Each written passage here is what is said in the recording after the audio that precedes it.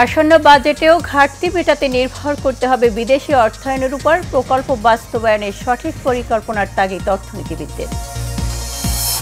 সাবেক আইজিপি বেনজিরের দেশ ছাড়ার বিষয়ে কিছুই জানে না সরকার, জানালেন স্বরাষ্ট্রমন্ত্রী। এমপি আনার হত্যার মূল তদন্ত করবে ভারত।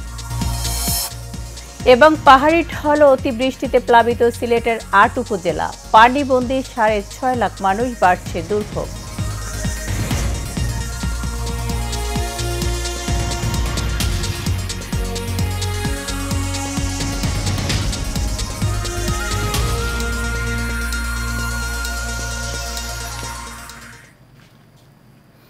স্বাগত এশিয়া নিউজের সঙ্গে আছি আমি শারমিন জাহান মেরি। শুনছিলেন বিআরবি কেবল ইন্ডাস্ট্রিজ লিমিটেড সংবাদ শিরোনাম। এবার যাব পুরো সংবাদে।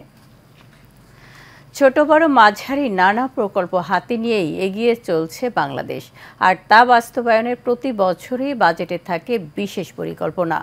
আসন্ন বাজেটেও ঘাটতি মেটাতে থাকছে বিদেশি অর্থায়ন নির্ভরতা। অর্থনীতিবিদরা বলছেন, প্রকল্প বাস্তবায়নের দরকার সঠিক পরিকল্পনা, না হলে বাড়বে উদ্বেগ। মিতুর বিশেষ রিপোর্ট, ক্যামেরায় ছিলেন আবির হোসেন। দীর্ঘদিন থেকেই আয় ব্যয়ের বিপুল ঘাটতি চক্র নিয়েই বাজেট দিতে হচ্ছে সরকারকে। বাজেটের আকার প্রতি বছরেই যখন বাড়ছে, তখন ব্যয়ের সঙ্গে আয়ের সামঞ্জস্য থাকছে না। যথারীতি বাড়ছে ঋণ নির্ভরতা, যার সুদ দিতে আবার চাপে পড়ছে অর্থনীতি। বিশেষজ্ঞরা মনে করছেন, বাংলাদেশের অর্থনীতি যে সংকটের মধ্য দিয়ে যাচ্ছে, তাতে সঠিক দিশা ঠিক করতে না পারলে ভবিষ্যৎ নিয়ে উদ্বেগ রয়েছে।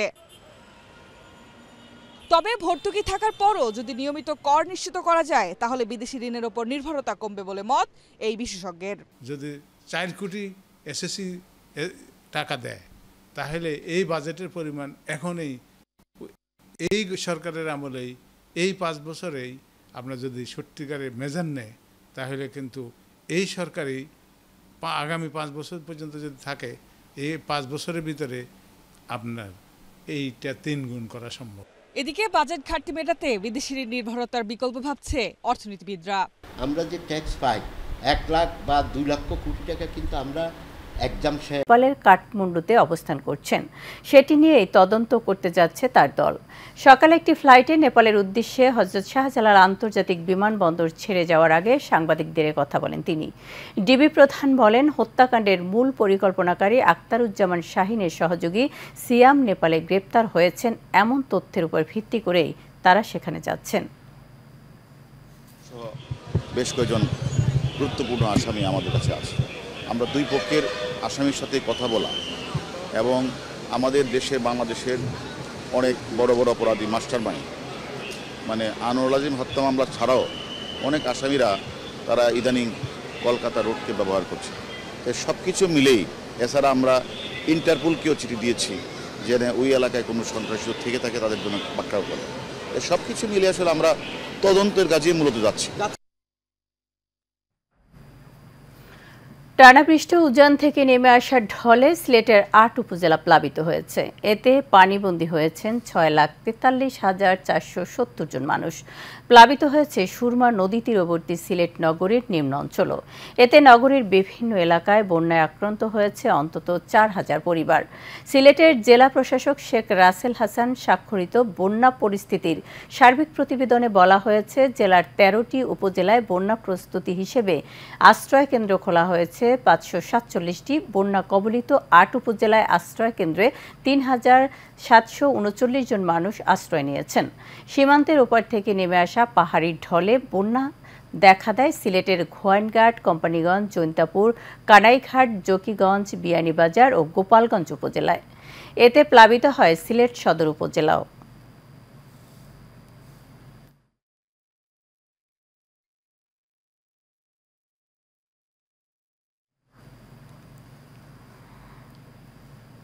একুশে আগস্ট প্রধানমন্ত্রী শেখ হাসিনাকে হত্যার জন্য গ্রেনেড হামলা করে বিএনপি। তারা এই গ্রেনেড হামলার মাধ্যমে দেশকে আবার পাকিস্তান বানাতে চেয়েছিল বলে মন্তব্য করেছেন বঙ্গবন্ধু সৈনিক লীগের সভাপতি এবং এশিয়ান টেলিভিশন ও এশিয়ান গ্রুপের চেয়ারম্যান বীর মুক্তিযোদ্ধা আলহাজ হারুনা রশিদ সিআইপি। বঙ্গবন্ধু সৈনিক লীগের যশোর জেলা শাখার প্রথম ত্রিবার্ষিক সম্মেলনে উদ্বোধকের বক্তব্যে একথা বলেন তিনি। হাসিবুর রহমান শামীমের তথ্য ছবিতে আরও জানাচ্ছেন মাজহারুল আমিন শুভ। আমাদের বঙ্গবন্ধু সৈনিক লীগ যশোর জেলা শাখার প্রথম ত্রিবার্ষিক সম্মেলন অনুষ্ঠিত হয়েছে। শহরের পুলেরহাটি স্কাউট ভবনের অডিটোরিয়ামে এই সম্মেলনের আয়োজন করা হয়। অনুষ্ঠানে উদ্বোধক হিসেবে উপস্থিত ছিলেন বঙ্গবন্ধু সৈনিক লীগ কেন্দ্রীয় কার্যনির্বাহী কমিটির সভাপতি, এশিয়ান টেলিভিশন ও এশিয়ান গ্রুপের চেয়ারম্যান বীর মুক্তিযোদ্ধা আলহাজ হারুনুর রশিদ সিআইপি। এ সময় তিনি বলেন, প্রধানমন্ত্রী শেখ হাসিনাকে হত্যার মাধ্যমে এই দেশকে বিএনপি আবারও পাকিস্তান বানাতে চেয়েছিল। প্রধানমন্ত্রী যদি কোনো কিছু হয়ে যায়, খোদা না করুক, তাহলে এই দেশে রক্তের বন্যা বাড়বে, রক্তের বন্যা বাড়বে, কারণ বিএনপি পাগল হয়ে গেছে। জিয়া রহমান,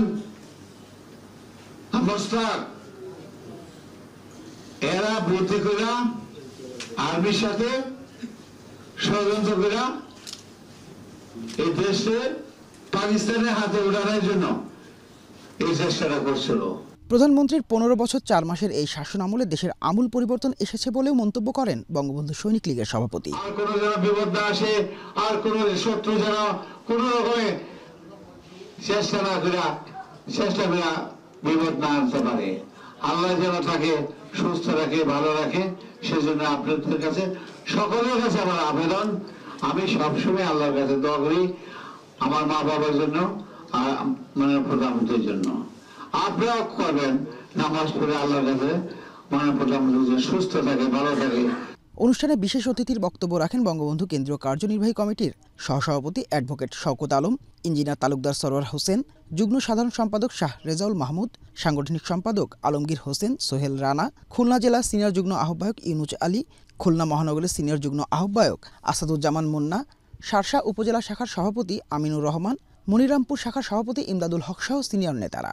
দেখো, আমি প্রধানমন্ত্রী হয়েও আমি মুরগি পালন করে উৎপাদন করতে পারি, আমি মাছ উৎপাদন করতে পারি, তোমরাও করো। এগুলি উনি দেখাচ্ছেন আমাদেরকে, আমাদের এডুকেশন আমাদের জন্য, বাংলাদেশ জাতির জন্য শেখ হাসিনা দেওয়া এডুকেশন এগুলি, যে দেখো আমি কি করতেছি আর তোমরা কি করো, তোমরা কি করতে পারো না। আমরা অনেকগুলো কমিটি করে ফেলেছি, আপনাদের এখান থেকে আমরা আবার চলে যাব সাতক্ষীরা। আপনাদের প্রিয় ব্যক্তিত্ব, আমাদের সকলের আস্থার ঠিকানা আলহাজ হারুনুর রশিদকে মাননীয় প্রধানমন্ত্রী তাকে সিলেক্ট করেছেন এবং সেটা ঘোষণা করে গেছেন। যশোর জেলা বঙ্গবন্ধু সৈনিক লীগের প্রথম ত্রিবার্ষিক সম্মেলনে মোহাম্মদ মতিয়ার রহমানকে সভাপতি ও মোল্লা জাহিদকে সাধারণ সম্পাদক করে ৭১ সদস্য বিশিষ্ট কমিটি গঠন করা হয়। মাঝারুল আমিন শুভ, এশিয়ান টেলিভিশন। বর্তমান সরকার দেশের পোশাক শিল্পে চলমান যে সহায়তা দিয়ে যাচ্ছে এটি অব্যাহত রাখার আহ্বান জানিয়েছেন বিজিএমইএ এর নবনির্বাচিত সভাপতি এস.এম. মান্নান কোচি। দুপুরে রাজধানীর একটি হোটেলে নবনির্বাচিত কমিটির সাথে সাংবাদিকদের মতবিনিময় সভায় তিনি একথা বলেন। এই সময় বিশ্বের সামনে বাংলাদেশের পোশাক শিল্পের সক্ষমতা ও শক্তি তুলে ধরতে গ্লোবাল নেটওয়ার্কে আরও বেশি যুক্ত হতে সাংবাদিকদের সহায়তা কামনা করেন তিনি। একই সাথে যেসব চ্যালেঞ্জ রয়েছে সেগুলো কিভাবে মোকাবেলা করা যায় সেসব বিষয়েও তুলে ধরার আহ্বান জানান। অনুষ্ঠানে সংগঠনের সাবেক সভাপতি, বর্তমান ডিএনসিসির মেয়র আতিকুল ইসলাম সহ বেশ কয়েকজন সাবেক সভাপতি এবং বর্তমান কমিটির সহ সভাপতি এবং পরিচালকগণ উপস্থিত ছিলেন। ঘূর্ণিঝড় রিমালের ভয়ঙ্কর ছোবলে বিধ্বস্ত গোটা রাব্বাল উপজেলা। লণ্ডভণ্ড করে দিয়েছে বসতঘর, গাছপালা ও সড়ক। বাঁধ ভেঙে প্লাবিত হয়ে গেছে গ্রামের পর গ্রাম, ভেসে গেছে মৎস্য ঘেরো। খোঁজ নেননি কেউই, পৌঁছায়নি ত্রাণ সামগ্রীও। তবে বাগেরহাট জেলা প্রশাসন বলছে ক্ষতিগ্রস্ত পরিবারগুলোর তাৎক্ষণিক খাদ্য সহায়তা দেওয়া হয়েছে। রামপাল থেকে সহকর্মী সুজন মজুমদারের প্রতিবেদনে বিস্তারিত জানাচ্ছেন অনুকৃতি আদিত্য। ঘরবাড়ি ও সহায় সম্বল হারিয়ে দিশেহারা উপকূলের মানুষরা ঘূর্ণিঝড় পরবর্তী কোনো সাহায্য না পেয়ে সব হারিয়ে না খেয়ে দিন কাটাচ্ছেন এখানকার পরিবারগুলো। ঝড় জলোচ্ছ্বাসে প্রতিনিয়ত যাদের সংগ্রাম করে জীবন চলে তাদের জীবনমান উন্নয়নে পরিকল্পিত টেকসই গ্রাম রক্ষা বা বেড়ি বাদ দেয়া জরুরি বলে জানান বাংলাদেশ পরিবেশ আন্দোলনের এই নেতা। যদি এখানে স্থায়ীভাবে এবং মজবুত করে বেড়িবাঁধ বা গ্রাম রক্ষা বাদ দেওয়া হয় সেক্ষেত্রে আমাদের এলাকার মানুষের জান মালের কম ক্ষতি হবে, পাশাপাশি আপনার এই এলাকার মানুষের জীবন জীবিকাও নষ্ট হবে না। এদিকে জেলা প্রশাসক বলছে উপকূলের ক্ষতিগ্রস্ত পরিবারগুলোকে তাৎক্ষণিক খাদ্য সহায়তা প্রদান করা হয়েছে। আমরা ঘূর্ণিঝড়ের সময় তাদেরকে আমরা আশ্রয়ণ কেন্দ্রে যারা লোকে ছিল তাদেরকে নিয়ে এসেছি, খাবারের ব্যবস্থা করেছি, পানির ব্যবস্থা করেছি, তাদের স্যানিটেশনের ব্যবস্থা করেছি। দ্রুত পুনর্বাসন সহ খাদ্য সহায়তার দাবি অসহায় এই মানুষগুলোর। ঢের পাতারি তো নেই, সব একাকার, এবং এখনো পর্যন্ত অনেকে চুলোয় জাল দেওয়ার মতো ব্যবস্থা নেই, বাচ্চা কাচ্চা না খেয়ে আছে। এদিন জ্বর হয়েছে, আমাকে এদিক কোনো লোকজন আসিনি, দেখি নেই, আমাকে না খেয়ে রয়েছে, আমরা বাড়ির সমস্যা করতে রয়েছে। ফজিকালি চ্যানেল এই নদীটার যত বেড়িবাঁধ আছে আমার রুমদাইপুর গ্রামে সব ভাঙ্গে প্রশ্নাত হয়ে যায়, 4-5 দিন পর্যন্ত অনাহারে থাকে। অনুকৃতি আদিত্য, এশিয়ান টেলিভিশন। বিশ্বের সবচেয়ে বড় ম্যানগ্রোভ বন সুন্দরবনের নদী ও খালে আজ থেকে 31 আগস্ট পর্যন্ত 3 মাসব্যাপী মৎস্য আহরণের নিষেধাজ্ঞা দেওয়া হয়েছে। সেই সঙ্গে এই 3 মাসে সুন্দরবনে পর্যটক প্রবেশের উপরও নিষেধাজ্ঞা দিয়েছে বন বিভাগ। খুলনা সার্কেলের বন সংরক্ষক মিহির কুমার দে বিষয়টি নিশ্চিত করেছেন। তিনি জানান, জুন থেকে আগস্ট এই 3 মাসকে সুন্দরবনের নদী খালের মাছের প্রজনন মৌসুম হিসেবে ধরা হয়। এছাড়া এই সময়টি বন্যপ্রাণীর জন্য প্রজনন মৌসুম। সে কারণে মন্ত্রী পরিষদের সিদ্ধান্ত অনুযায়ী 2021 সালে এই 3 মাস মাছ ধরা ও পর্যটক প্রবেশে নিষেধাজ্ঞা দেওয়া হয়েছিল। তারই ধারাবাহিকতায় এবছরও নিষেধাজ্ঞা জারি করা হয়েছে। এছাড়া ঘূর্ণিঝড় রেমালের তাণ্ডবে সুন্দরবনে প্রাণী ও জৈব বৈচিত্র্যের যে ক্ষতি হয়েছে সেটিও দ্রুত কাটিয়ে ওঠা যাবে।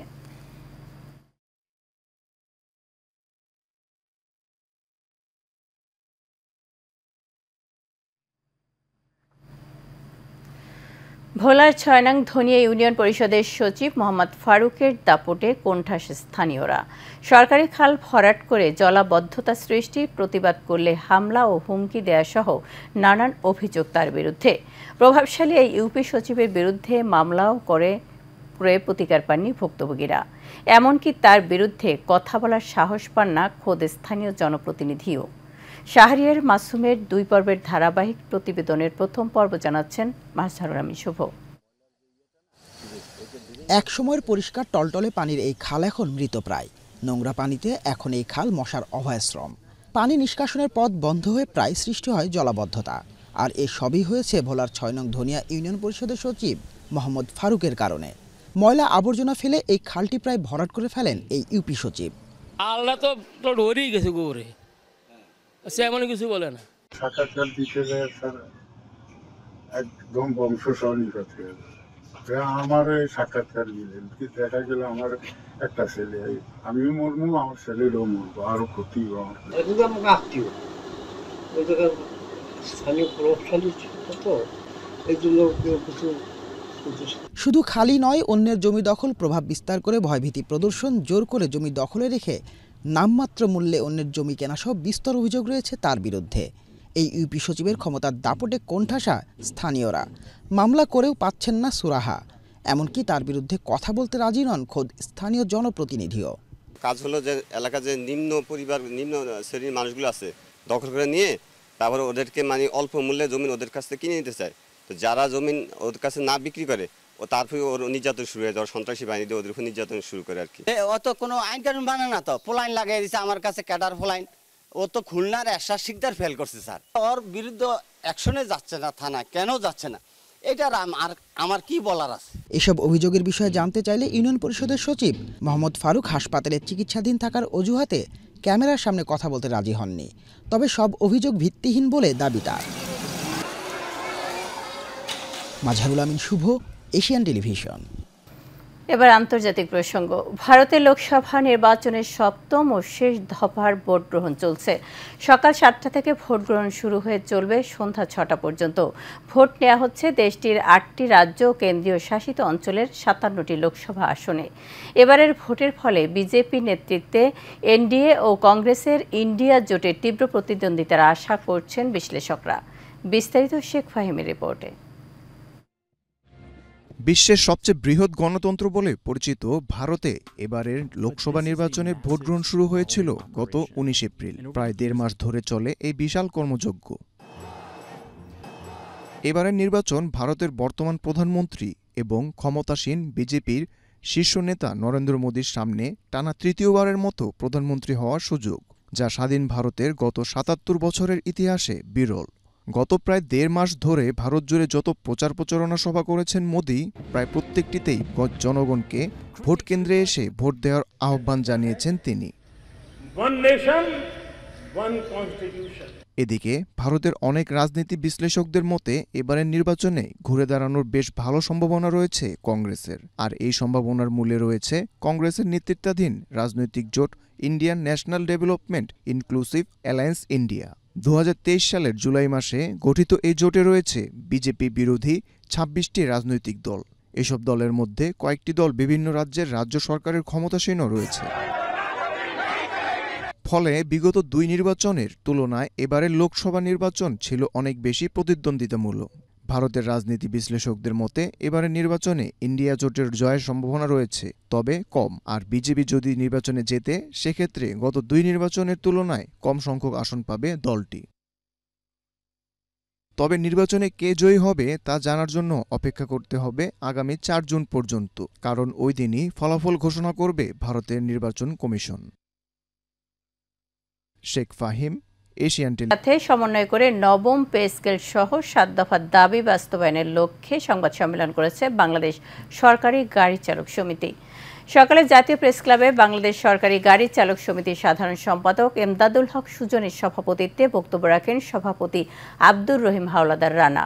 সংবাদ সম্মেলনে বৈষম্যহীন নবম জাতীয় পে স্কেল ঘোষণা সহ শতভাগ পেনশন, পোষ্য কোঠা, বিনা সুদে গৃহ নির্মাণ ঋণ, সরকারি চাকুরিতে প্রবেশের বয়সসীমা 32 এবং অবসর গ্রহণের বয়সসীমা 62 করার দাবি জানান তারা। দাবি আদায় না হলে প্রধানমন্ত্রী বরাবর স্মারকলিপি প্রদান সহ নানা কর্মসূচির হুঁশিয়ারি দেন তারা। কাতারে বাংলাদেশি অধ্যুষিত ইন্ডাস্ট্রিয়াল এরিয়া পটি4-এ যাত্রা শুরু করল মারহাবা ছুক। শুক্রবার ফিতা কেটে এর উদ্বোধন করেন অনুষ্ঠানের প্রধান অতিথি কাতারি স্পন্সর আব্দুল্লাহ নাসির আল হাজারি। প্রতিষ্ঠানে স্বত্বাধিকারী ইমরান মজুমদার, মোজাহিদ হোসাইন, কামাল নাজির, আব্দুল কুদ্দুস সহ এ সময় আরও অনেকে উপস্থিত ছিলেন। আবুল কালাম হালিম, মনির, হানিফ সহ আরও অসংখ্য প্রবাসী সে সময় উপস্থিত ছিলেন। মারহাবা ছুকে উন্নত মানের শাকসবজি, মাছ, মাংস ও গার্মেন্টস আইটেম পাওয়া যাবে। তাদের যে শ্রম, তাদের এই পরিশ্রমের মাধ্যমে এই দেশটা এত উন্নত জায়গায় চলে আসছে। ইনশাল্লাহ আমরা যে অবস্থানে আছি সেই অবস্থান থেকে আবার ফিরে দাঁড়াবো। আমি যে একসময় এক লেবারে চাকরি করছি, তো আমি চিন্তা করছি যে আমার জন্য আমাদের দেশি ভাইয়েরা অনেক বেকারত্ব লোক আছে, তো আমি চিন্তা করছি যে হ্যাঁ কর্মসমাজের যদি আমি একজন দ্বারা আমরা 6 জন লোকের দ্বারা যদি একটু আরো 50 জন লোকের কাম হয়, কর্মসমাজ হয়, তো এই উদ্দেশ্যে নিয়ে এই মার্কেটটা খোলা।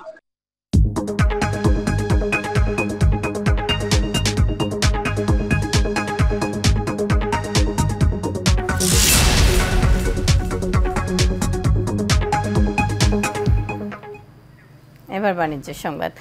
2023 সালের জন্য ব্র্যাক ব্যাংক পিএলসির শেয়ার হোল্ডারদের 20% লভ্যাংশ অনুমোদন দেওয়া হয়েছে, যার 10% নগদ লভ্যাংশ এবং 10% স্টক ডিভিডেন্ড আকারে বণ্টিত হবে। ভার্চুয়াল প্ল্যাটফর্মে অনুষ্ঠিত ব্যাংকটির 25তম বার্ষিক সাধারণ সভায় এই অনুমোদন দেওয়া হয়।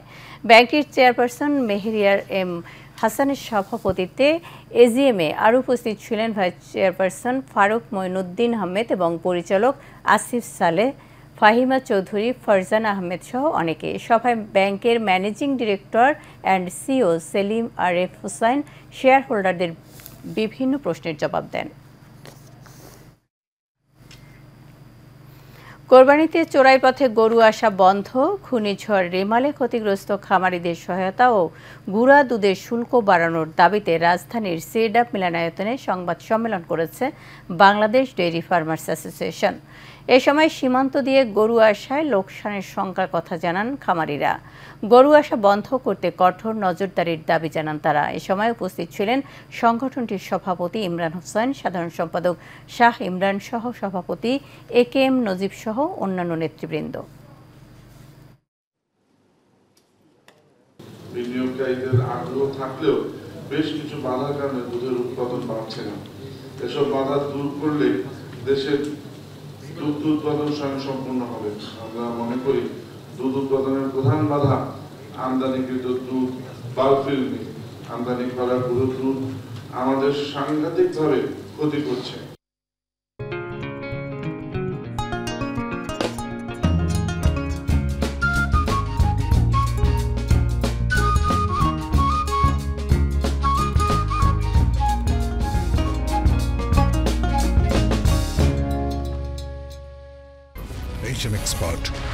B500 CWR স্বাধীনতার সুবর্ণ জয়ন্তীতে নতুন বাংলাদেশ গড়ার প্রত্যয় HM Steel B500 CWR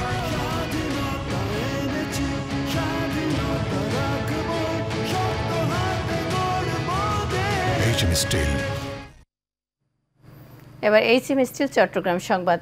বন্দরনগরী চট্টগ্রামে প্রথমবারের মতো শুরু হচ্ছে দুদিনব্যাপী আমেনা খাতুন স্মৃতি গোল্ড কাপ মহিলা ফুটবল টুর্নামেন্ট।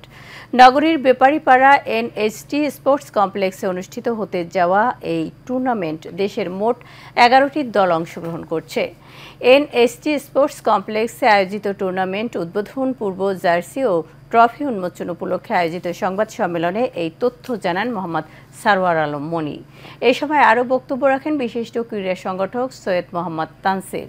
অনুষ্ঠানে উপস্থিত ছিলেন আমেনা খাতুন স্মৃতি গোল্ড কাপ মহিলা ফুটবল টুর্নামেন্ট 2024-এর পরিচালনা কমিটির সভাপতি মেহনাজ বিলকিস সুমাইয়া ও হুমায়ুন সমন্বয়কারী শাহেদা সুলতানা। খেলার খবরে ক্রিকেট প্রসঙ্গ। ICC T20 বিশ্বকাপে নিজেদের দ্বিতীয় ও শেষ প্রস্তুতি ম্যাচে ভারতের বিপক্ষে আজ মাঠে নামবে বাংলাদেশ। নাসাউ কাউন্টি ক্রিকেট গ্রাউন্ডে ম্যাচটি শুরু হবে রাত 8:30টায়। এর আগে যুক্তরাষ্ট্রের বিপক্ষে প্রথম প্রস্তুতি ম্যাচটি বৈরী আবহাওয়ার কারণে পরিত্যক্ত হয়। মূল আসর শুরু হওয়ার আগে এটাই টাইগারদের ম্যাচ প্রস্তুতি নেওয়ার শেষ সুযোগ। তাই জয় পরাজয়ের চেয়ে নিজেদের ঝালিয়ে নেয়াই মূল লক্ষ্য শান্ত বাহিনীর।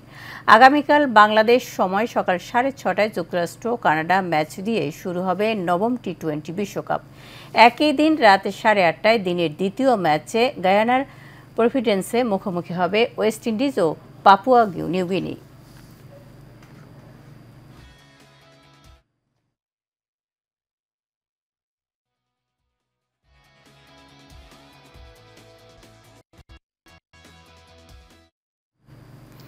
এর সাথে শেষ করব এশিয়া নিউজ। তার আগে BRB কেবল ইন্ডাস্ট্রিজ লিমিটেড সংবাদ শিরোনাম জানাবো আরও একবার।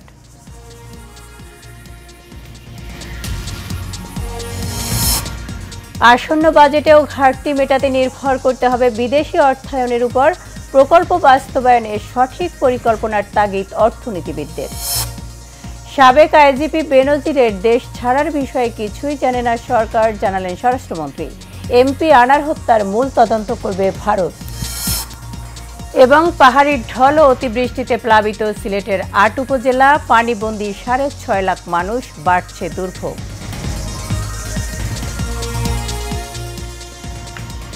এই ছিল আমাদের এখনকার মতো সংবাদ আয়োজনে। আমাদের পরবর্তী সংবাদ দেখার আমন্ত্রণ জানিয়ে শেষ করছি। এতক্ষণ আমাদের সাথে থাকার জন্য ধন্যবাদ।